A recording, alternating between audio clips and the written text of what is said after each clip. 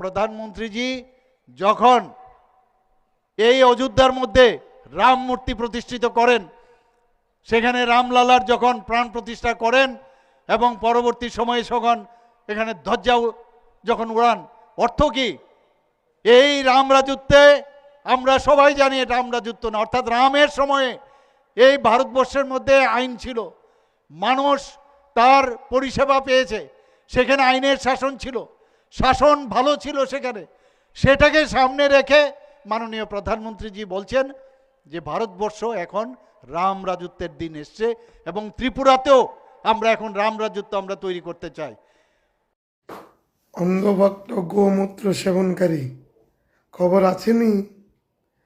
দিল্লির আরএসএসের হেডকোয়ার্টারের সামনে আরএসএসের হেডকোয়ার্টারের জন্য পার্কিংয়ের দরকার, তা 1400 বছর পুরনো মন্দির ভাঙছে অবৈধ বলে। বুঝলি, মন্দিরও এখন অবৈধ, বুঝেছ নি? গোমূত্র সেবনকারী অন্ধভক্ত, হ্যাঁ, লজ্জা লাগে না? নিজেদের হিন্দু বলো, হিন্দু রাষ্ট্রের